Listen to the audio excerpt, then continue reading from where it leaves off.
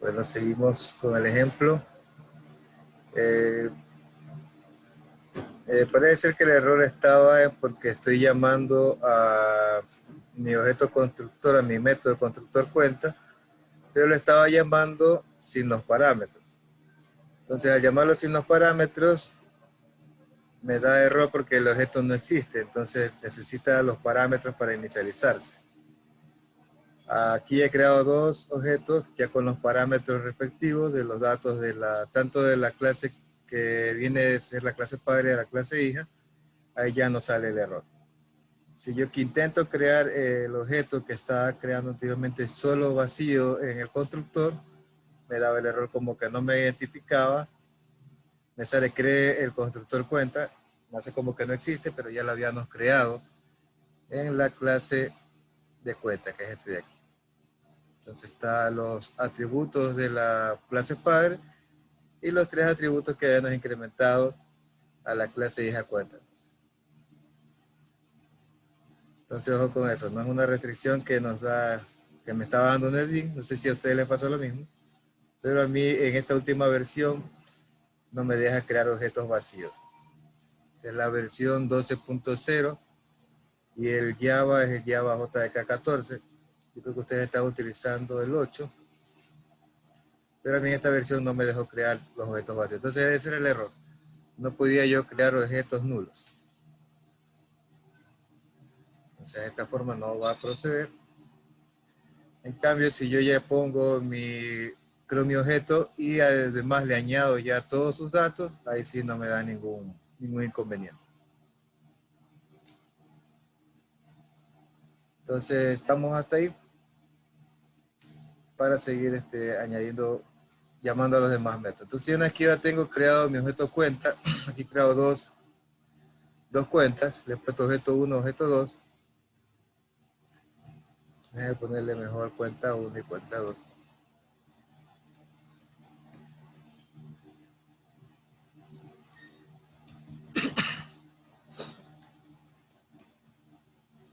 Ya, entonces inicializado es como aquí tuviera dos cuentas ahorristas con nombres diferentes. Depósito inicial diferente, bueno, aquí le he añadido los mismos datos, pero podemos cambiarlos para que se diferencien.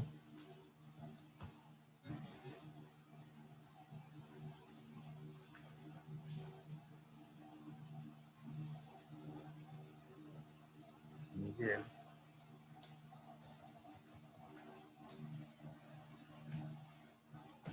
Por ahora estamos trabajando en consola, ya la semana que viene vamos a trabajar ya con formularios para que ustedes vayan manipulando de forma visual ya los datos de los clientes. Estamos hasta ahí. Entonces ya hemos creado los dos objetos, ya los dos objetos están cargados en memoria. Ahora nosotros podemos utilizar el depósito. Vamos a llamar al depósito. Estamos ingresando los datos, el número de cuenta y cuál va a ser nuestro monto de depósito. Entonces vamos a la clase principal. Vamos al objeto 1, que es cuenta 1. Y llamar al método depósito.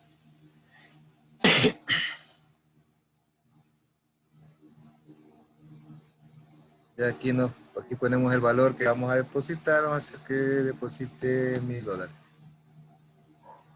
Y un número de cuenta que tenemos aquí.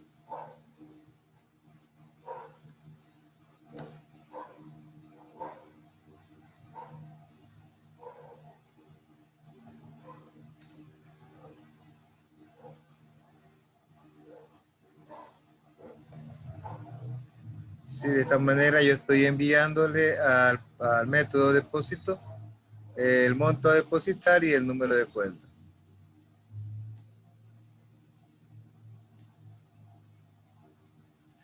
Pero recordemos que este método depósito creo me está devolviendo un mensaje.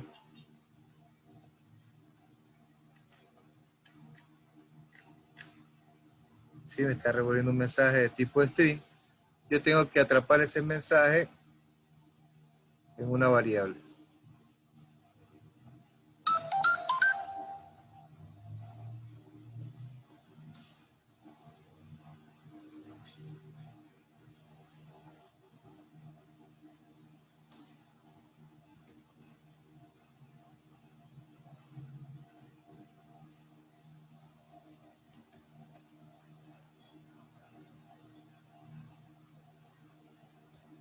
Y podemos poner un mensaje de pantalla, es out.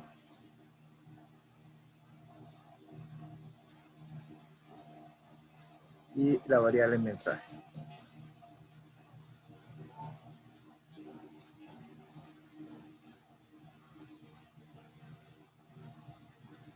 Ahora a ese mismo cliente yo voy a hacer un retiro de 500, de 100 nomás. ¿Sí?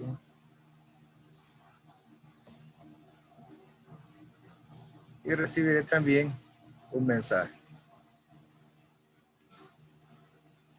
Voy a hacer un retiro.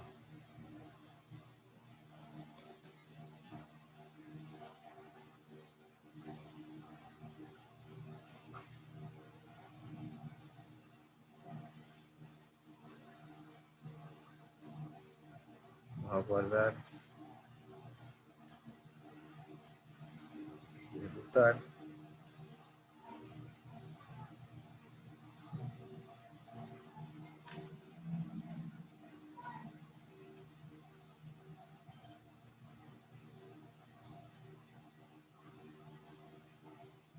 Me da los dos mensajes de las dos transacciones que he hecho, ¿no? El depósito realizado con éxito. Ahora aquí yo quisiera ver los datos del cliente. Debería ser un método que me permita visualizar los datos del cliente.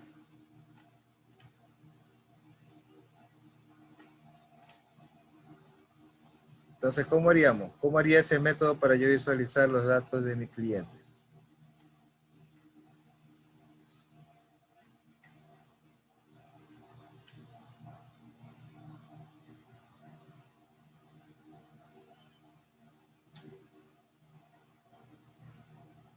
Le voy a dar 10 minutos para hacer ese método. Quiero que yo llamara a ese método y que me visualice los datos. Todos los datos que yo he inicializado. Quiero que me llame tanto a mis atributos del objeto para que yo saber todo, número de cuenta, depósito, todos estos datos que yo he inicializado. Tengo un método para visualizar esos datos.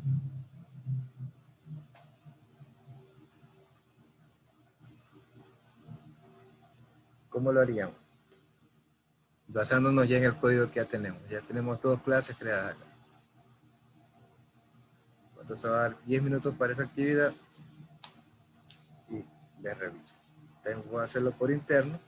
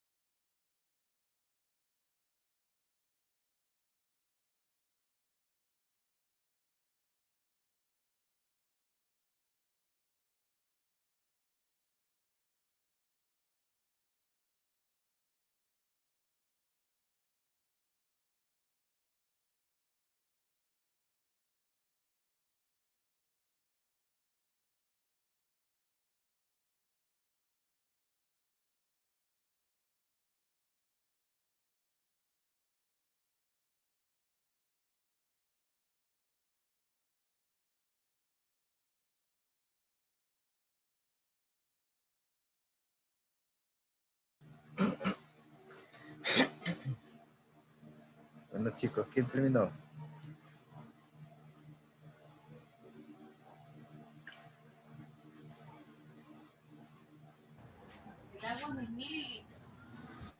Estamos explicando porque no entendí porque el internet se me escuchaba entrecortado y no entendí lo Un que cuarto de leche, mami. No le escucho, se le oye entrecortado. Voy a ver cuánto es. Es que mi internet ahorita está malo y lo que usted dijo no escuché. Y no sé qué es mismo hacer. Solo había que presentar los datos de la cuenta. Algo así. Ah, Eso quería que presenten que no. Que los no entendía datos, porque no lo escuché muy bien y está haciendo bola. claro. Entonces eso no me estaba pidiendo, eran los datos de la cuenta.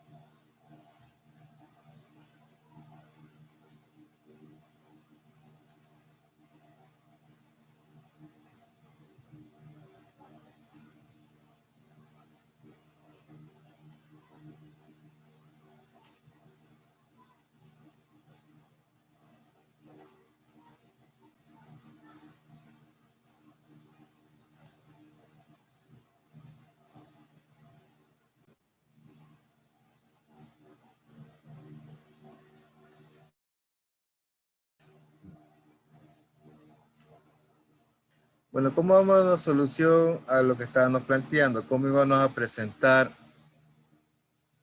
los datos de la cuenta?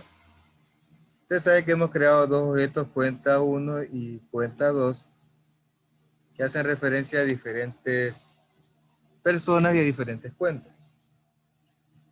Para hacer la presentación de los datos, hay varias formas, pero la más simple es hacer un llamado a los métodos get y set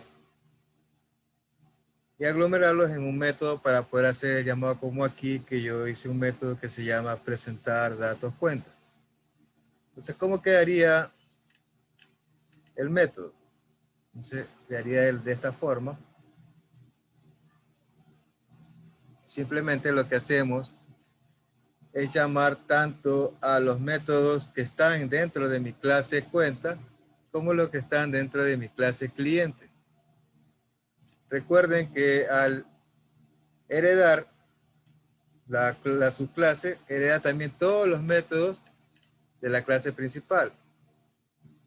Por ende, todos los métodos set y get también de la parte del cliente. Entonces, si yo quiero saber datos del cliente, simplemente, como estoy heredando todas sus características en mi clase cuenta, yo lo único que hago es llamar a los métodos.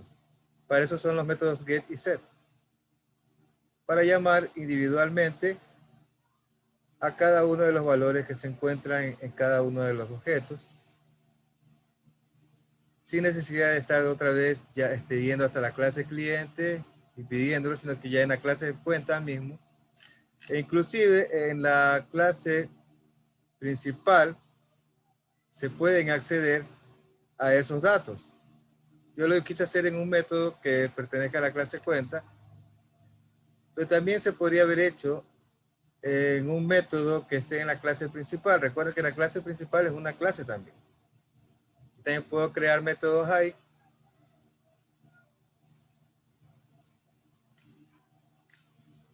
Pero aquí, como les explicaba, mi objeto también puede acceder a los métodos set y get.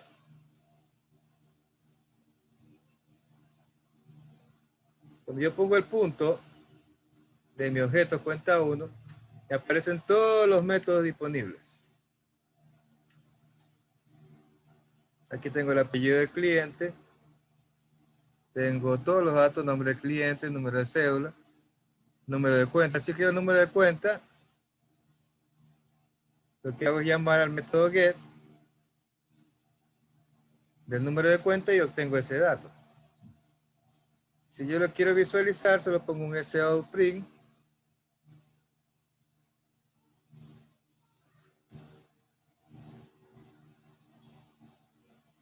Número de cuenta.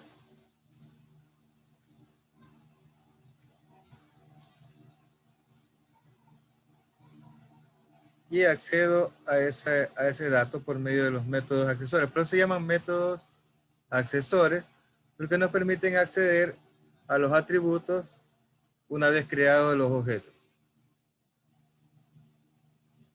Algo tengo ojo en la que ya lo le coloqué. Ya. Entonces también pude haberlo hecho ahí, pero tenía que estar llamando al objeto y a cada dato en particular. O sea, por cada dato que yo quería de la cuenta voy a tener que estar get, en todos los métodos. Por eso, para hacerlo más simplificado, creé un solo método, presentar datos cuenta, que lo puse dentro de mi clase cuenta. Y dentro de ella lo que hacía es simplemente presentar. Presentar cuenta y llamar con this punto y el método que quería que me devuelva ese dato de esa cuenta. Entonces, de esta forma yo podía hacer la presentación de los datos.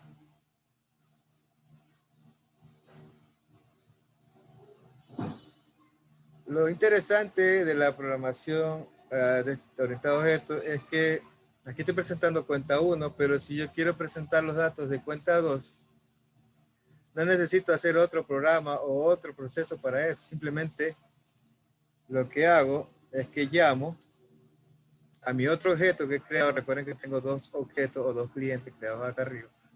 Cuenta 2. Y llamo al mismo método presentar datos, pero ahora este objeto internamente ya no va a apuntar a los datos de cuenta 1, sino a los datos de cuenta 2. Esto es lo que se llama como reutilización del código. Y es una de las particularidades de la programación orientada a objetos, para no volver a escribir el mismo código para repetir una u otra funcionalidad. Vamos a cuenta 1 y vamos a cuenta 2 y son datos independientes los que nos va a presentar. Vamos a grabar.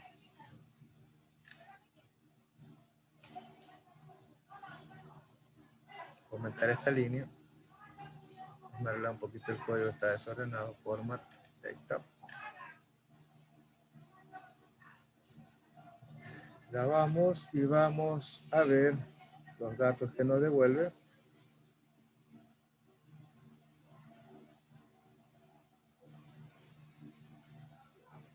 Aquí tenemos los datos de las dos cuentas. De un cliente y de otro cliente. Y sus saldos respectivos. Ven que son números de cuenta. Bueno, aquí no le cambié el número de cuenta arriba, ya le voy a cambiar. Quería ver aquí ustedes tienen los datos de cada cliente. De cuenta 1 y cuenta 2. Déjenme cambiar los datos del cliente. Acá. Sí, tengo los mismos números de cuenta. Yo los voy a cambiar aquí. Otro número. Listo.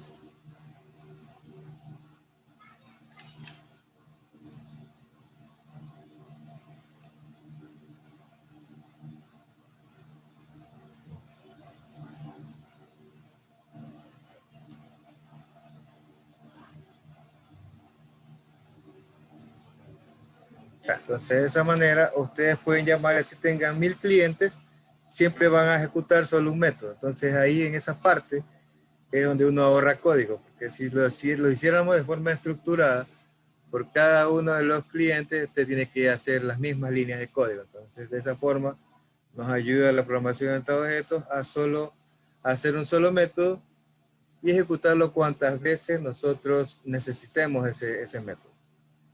Ya lo vamos a ver más adelante en la parte en que nosotros debamos crear la clase de conexión, porque nos vamos a conectar a MySQL para generar una aplicación. Y la clase de conexión va a estar ahí. Pero cada que nosotros queremos hacer una manipulación de datos a la base de datos, vamos a tener que llamar esa clase una y mil veces. Y no sería lógico volver a repetir el código mil veces por mil veces que tengamos de que llamar a esa base de datos. Hay muchos colegas programadores que he visto que todavía están programando de forma estructurada y es un mar de código, un enredo que no tiene a veces solución cuando hay algún error. A diferencia de este tipo de programación que uno lo identifica fácilmente. Se identifica fácilmente el error porque el código no está enredado, está bien separado en cada clase y cuando uno tiene un error por decir no me está devolviendo los datos del cliente, ¿a dónde voy? A la clase cliente. No voy a buscar en otro lado del código, voy a buscar directamente donde me está dando el error. Porque yo sé qué métodos se están ejecutando en cada clase. Y si un método me está dando un error, voy directamente a esa clase y a ese método. Por eso es muy importante los diagramas UML de clases, ya que cuando hay un error de código o queremos hacer un cambio en algún proceso, nosotros revisamos esos diagramas y nos dirigimos por ellos. Vamos directamente hacia esa parte del código. Para eso son importantes los diagramas. Capaz en este momento no se ve tanto el beneficio, porque son clases relativamente pequeñas. Pero imagínense una clase con 1000 métodos. ¿Cómo seguía ahí si usted no programó eso? Debe pedir los diagramas de clases para ver en qué parte encuentra la funcionalidad que usted necesita o alguna modificación o algún dato que está dando error. ¿Sí? Parece muy importante saber la diagramación de las UML. Todos esos datos van en el manual de desarrollo de software como especificación técnica para cuando haya algún inconveniente usted tener una guía. También una guía muy importante en el desarrollo de software es el desarrollo de los diagramas de procesos. Ya les había dicho que se linkeen o se registren en la página donde estábamos viendo anteriormente para hacer los diagramas. También vamos a utilizar otro software que es Visagi Studio, que es para hacer modelamientos de procesos, ya que en este momento solo estamos viendo la parte de clases, objetos y herencias, que es la que se diagrama por medio de UML. Vamos también a revisar lo que son diagramas de casos de uso. Todos estos elementos van en el desarrollo del software. Algunos otros colegas a veces solo lo abarcan esta asignatura de forma teórica, pero es mejor hacerlo de forma teórico-práctica para que ustedes sepan por qué se aplica cada cosa. O sea, no decirle, miren, hagan el diagrama UML, así, está bonito, me quedó bonito el diagrama y se acabó 20. No. Hacemos el diagrama y vemos por qué se hace el diagrama. Entonces ya ustedes están 100% seguros de por qué beneficios hay en esa técnica aplicada en el desarrollo del software. Y hemos avanzado también bastante en lo que tiene que ver también con el aspecto de la programación. Hemos avanzado bastante en este curso. Prácticamente estamos llegando a un 80% del contenido de la asignatura. Vamos en lo que es programación orientada a objetos. Por eso ya voy a dar un salto a lo que es ya la parte de elaboración de formularios. Ya ayer elaboré 2 videos más básicos para que ustedes sigan revisando y sigan entendiendo la programación. Ya los voy a subir después que termine esta hora de clase para que ustedes los den ahí. Ahí estamos revisando lo que son los switch, los bucles for, al detalle para que ustedes los puedan implementar dentro de las clases. Ya ustedes saben cómo se estructuran las clases y todos esos elementos de ciclo repetitivo, de sentencias if, de arreglos. Arreglos muy importantes, los arrays, porque cuando ustedes se cuenta aquí en los métodos que hemos hecho, a veces devolvemos con un return un valor. Y si yo quiero devolver más de un valor. Por ejemplo, en este último método que hicimos de la clase cuenta, voy a minimizar la ejecución.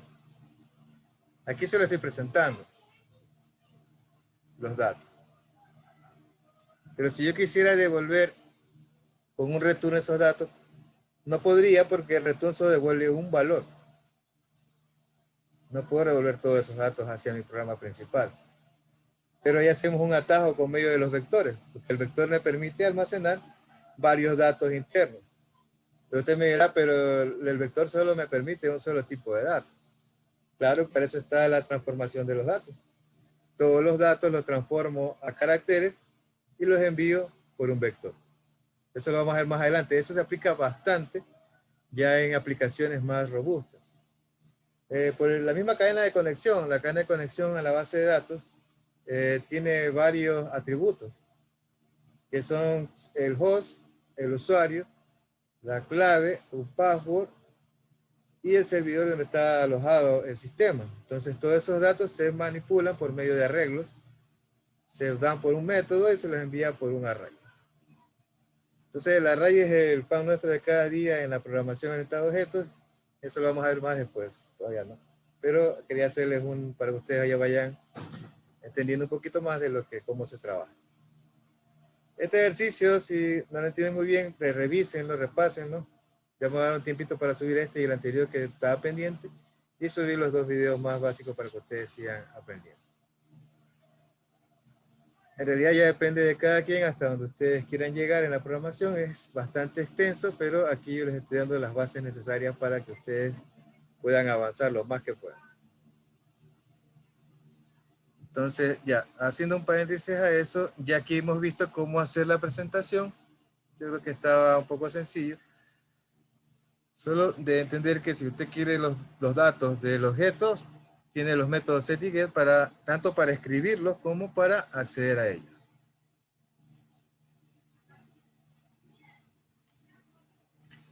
¿Alguna pregunta hasta ahí?